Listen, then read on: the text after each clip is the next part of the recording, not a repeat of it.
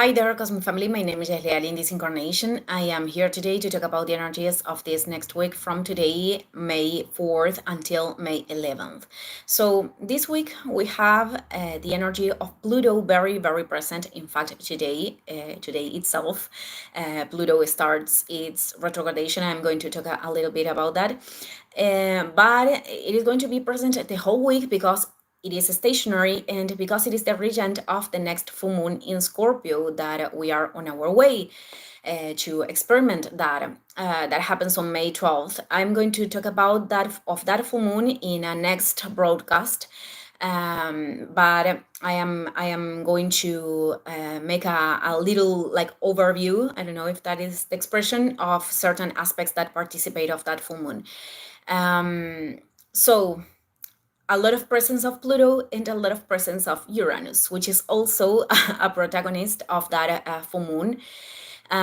So let's go in order for you to understand. We continue with this energy of purge and transformation. And well, like I was saying in the last videos, today we start this revision, this review of how we are relating ourselves with our power, with how we are dealing with the fears to do different things or perhaps to not belong to certain environments. That is the quality of Aquarius.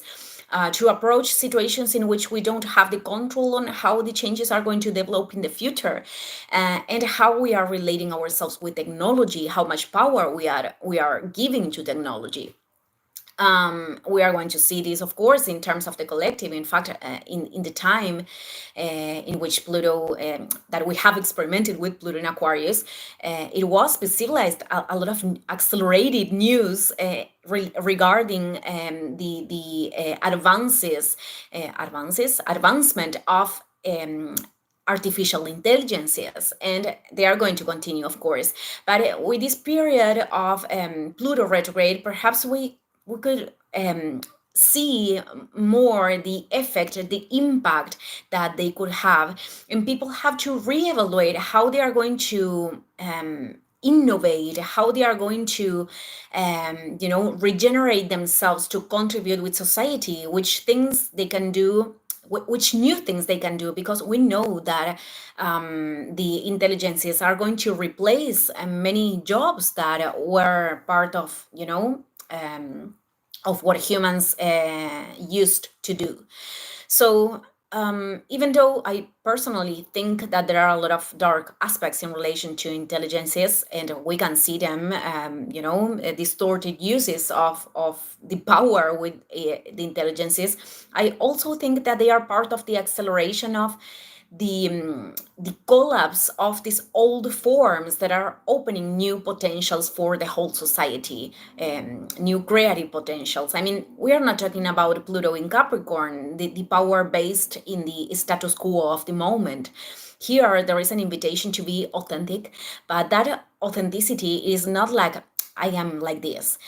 This is going through depths of the ego that are taking us to a revelation very deep of who we are. And clearly this impact the levels that we consider axis of power, because the more people that are on their path of illumination, this means of being aware, of bringing awareness to of themselves, and they are knowing themselves, the less these old corrupt structures disconnected of light they have place, because we are more and more people that we stop feeding them and even battling with them, trying to change something that is already disintegrating. And we understand in this process where we need to take the energy to create new forms to inhabit this planet, much more aligned with the soul, and also in community that can operate in interconnection. So, okay, let's go in order. Let's continue. On May 5th, Mercury, planet of communication and the process of ideas, is creating a sextile with Jupiter in Gemini. This happens in the degree 22, 22nd. So this is about conversations, initiatives, because that is that is what Mercury in Aries wants to do. Ideas that we want to be, we want to expand, connections. Connecting with people, having certain conversations that can be a bridge for that growth, perspectives, new perspectives that can that we can give to those beginnings, or to begin a project, like having a conversation that one person is telling us, oh, well, you can do things like this or like this, and we amplify our vision. um, and also we could open our beliefs. We could amplify our structures of thought, so we can fit that abundance and that expansion in our way. And this is also paths and initiatives that we recognize that have a lot of purpose and sense, because that is Jupiter. It is an inner truth that gives us direction.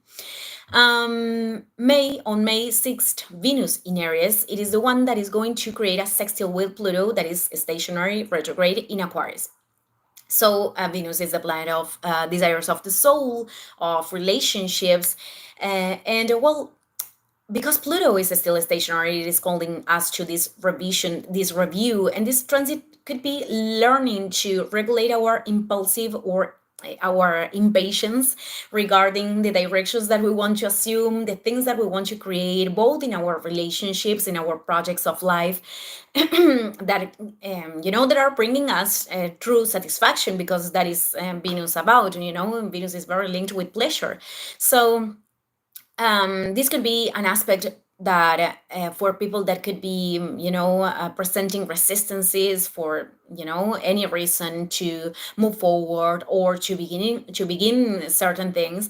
This could be like the push that we needed to go with intensity for what that we desire. Venus is the planet that rules Libra and Taurus, which are signs associated to balance and stability. So here in Aries, Venus is inviting us to find balance and stability by taking action, by reconnecting with experiences that cause us enthusiasm to explore, to begin. And the things that usually, turn off enthusiasm our fear, or not feeling like capable of doing certain things. But here we have all this courage to go through the first steps of something, or to motivate us in the direction of desires of the soul.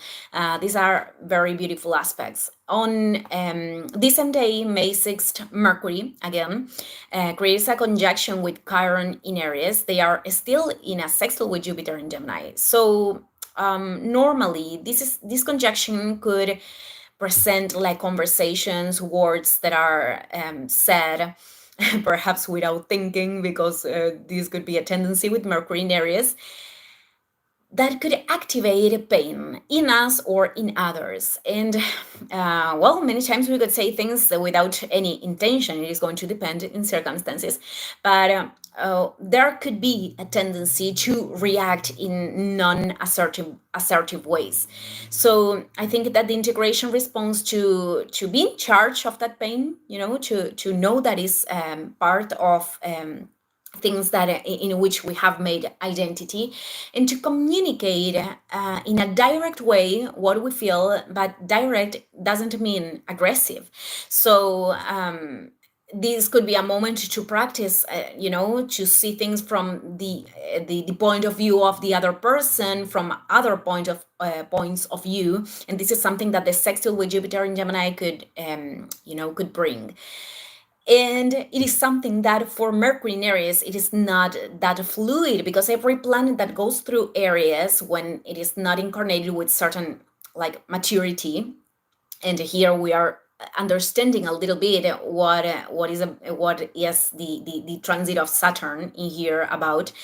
Well, they have the tendency to see things from the eye, from the things that I desire, from the things that I want, from in a subjective perception. And many times this is not the most correct perspective. And I am not saying, and I'm saying, sorry, not always, because many times we need to, to stand in our position. And this is something very, very nice of the energy of Aries. But in this aspect, in this transit, it is more about not hiding vulnerability, behind the aggressiveness. And on the other side, well, it is important to take minutes, to try to take minutes for ourselves to self-regulate before answering something, or to realize that sustaining that conversation don't have a true purpose, a true sense. And then we can process things, and perhaps we can find, a greater sense, to extract certain wisdom, to see how that pain that probably was originated in the first years of life, because Chiron, it is about this wounds of incarnation, was molding what we call the personality, and how we can use those vulnerabilities to turn them strength, even if they are still causing us pain, because it is important to let go of the idea of healing everything with Karen. It is not about that. It is more about understanding how those patterns or things that we have experimented are actually we can turn them a gift to collaborate, or to contribute with the pain of others. This is not about getting rid of the pain. Okay.